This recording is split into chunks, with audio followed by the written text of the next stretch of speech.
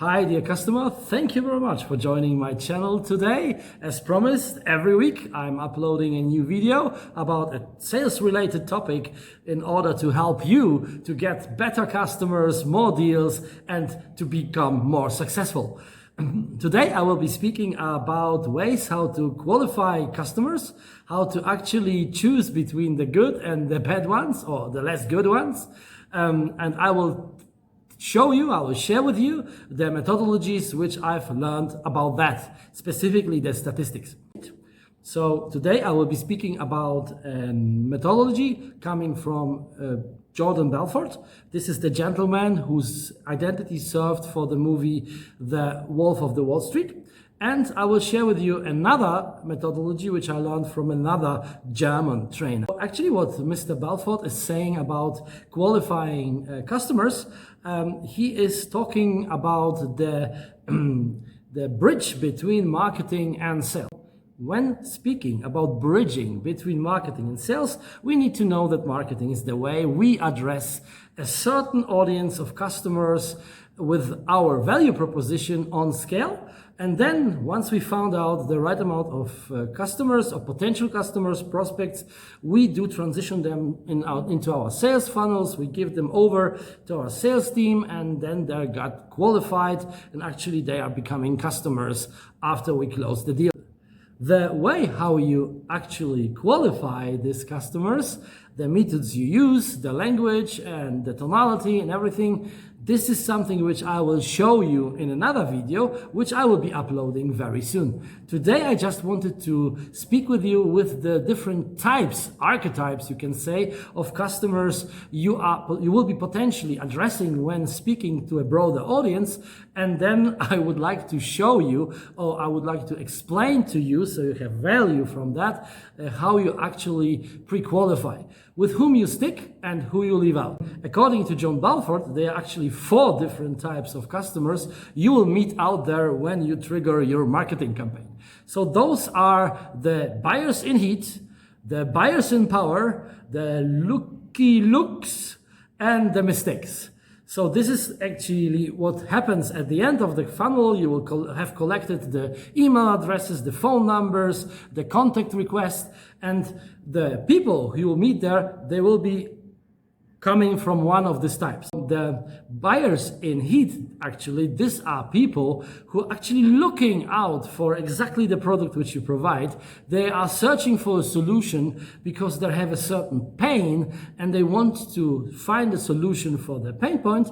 And when they are transitioned from the marketing pipeline, when they are coming from the funnel into sales, you will have an easy job with closing a deal with them. Because when you do everything right, when you don't do big mistakes, they are anyway looking for the solution which you provide, and they will be very happy speaking with you. So depending on which industry you're in, which kind of product do you sell, these are around about 10 till 20% of buyers you can meet out there, and it's really worth out to go out to find them and to qualify them for your sales, because they create a certain amount of revenue. The second group, according to Jordan Belfort, of customers you will find out there when you trigger your marketing funnel, these are the buyers in power. The buyers in power, they are interested in the solution you provide, but they don't feel really the pain. So it's not that the pain is not there, the pain is there. They are somehow feeling that something will need to change. They are looking for a solution because they are interested to increase and something which they struggle with a little bit. And but they don't feel really the urgency. So really the missing point there is the compelling point. This is the pain point. So those buyers, you want to find out as well, you want to seed out as well, positively, for your sales channel.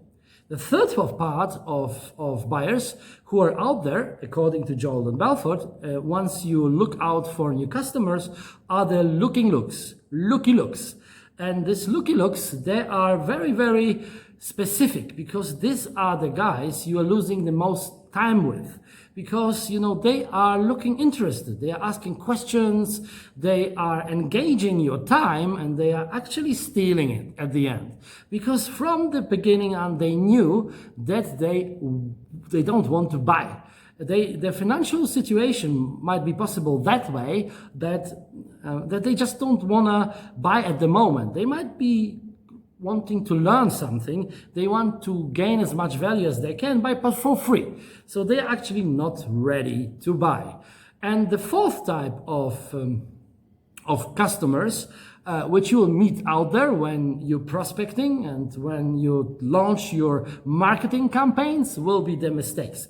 Those are people who from the beginning didn't want to buy a solution which you offer, but who for some reasons landed in your marketing pipeline.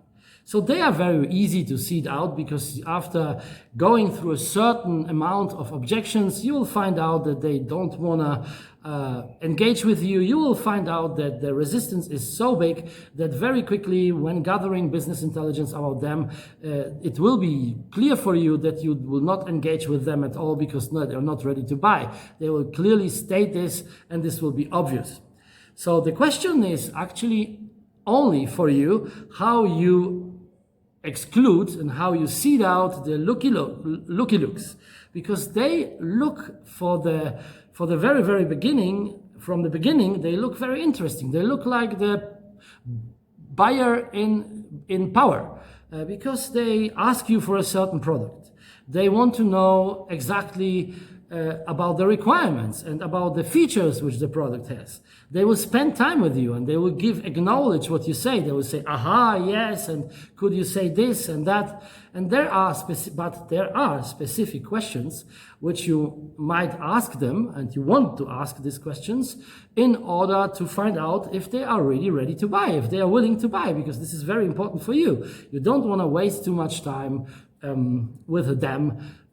So you want to just focus on this type of buyers, which I was mentioning before, which are the buyers in heat and the buyers in power. The way how you exclude this looky looks, this is something which I will show you in another video, because I will show you the questions you have to ask, the specific hints and special tricks you will find out about them, how they behave, and which kind of question to ask specifically, so they will reveal actually that they have no intention to buy without really consciously doing that, but just by the way how they behave or how they express themselves. This methodology from Jordan Belfort, I actually wanted to compare today with another methodology which I learned from my German trainer, who said something similar, but not exactly the same. So he actually said that there are three types of customers out there you meet there, and there is one area of customers where you can get the highest value with when you handle specifically the art of objection handling. So he said, yeah, similar to the buyers in heat, there will be so-called yes clients. So these are the clients who are actually looking out for the solution you want to provide. They are really actively looking for a solution because they have a pain. And those people, according to this German methodology, you call actually a yes buyer. And there are another group of buyers who are actually similar to the mistakes shown by John Belfort, just accidentally in your sales funnel. They just somehow came through, I don't know, they clicked the wrong button. They have been interested in the past a little bit. They have been just looking, and they ended up in the marketing funnel, coming as marketing qualifying leads, let's say, for example, but they don't have an intention to buy because they don't have the need and they don't have the pain. So there is no requirement for them because they are really not looking for the solution. So they are also easy to spot, and they are called a no buyer according to the method which I learned from this German trainer. But there is an area, the gray area of the so-called yes-no clients. These yes-no clients are actually people who are undecided, who have a pain, who might be not even aware about the fact that they're looking for something. So it's really that the needs and the requirements for the needs, they are sitting really inside them. They know that something needs to be changed, but they are not really consciously aware of that. And this so-called yes and no buyers, you can, from those yes or no buyers, you can get the most revenue out of it, because statistically speaking, the yes buyers are around about 10%, which is compared to Jordan Belfort's main methodology, the same like the buyers in heat. And the no buyers, they are also approximately 10%. Those are people who nobody would be able to close, and you will be not able to close as well. So this yes or no buyers, they are approximately like 70% of the customers out there. So these are people who you want to discover first. You want to discover their needs first. So you need to start speaking with them in the right discovery way. You need to place the right discovery questions, and you also want to speak with them in the way that you want to know how to handle their objections. This is crucial, because this type of customers will always give you objections. These objections, they must come, and you need to expect them, because those people are most of the time not really aware that they are actually really looking for a solution. So this is according to the methodology of my German trainer, this yes or no bias, these are customers who you can get the most revenue out of it, because these are customers which make up like 80% of the customers out there who will end up in your sales funnel. So when you're successfully equipped with successful and effective methods of discovery and objection handling, this is actually the area where you can gain the most revenue out of it when you increase your skills. So the way how you do it, the way how you qualify the yes or no buyer, is through asking the right discovery questions, and also through the art of objection handling. So by placing the right discovery questions with the right keywords, you can trigger the customer's attention into his insight. So he will actually looking into himself to ask himself the questions which you ask him, and he will reveal then slowly, step by step, not only the key need he wants to achieve. He might be not aware of it, that he's like really having this type of need at the moment, but when you call him, he will start to think about it. He will find out that he actually is looking for this. This is something which has been triggering him for a longer period of time, and then he will slowly reveal not only that he needs it, but also the requirements. This is what is happening through the discovery questions. But always, because those customers are not consciously aware about what inside their subconscious, that they already like know that this is something which where they can profit from, where they can just get get benefits from, they will always give you some objections. And also because they don't know you. So these are actually objections. They are not real objections against your product. They are objections on a personal basis.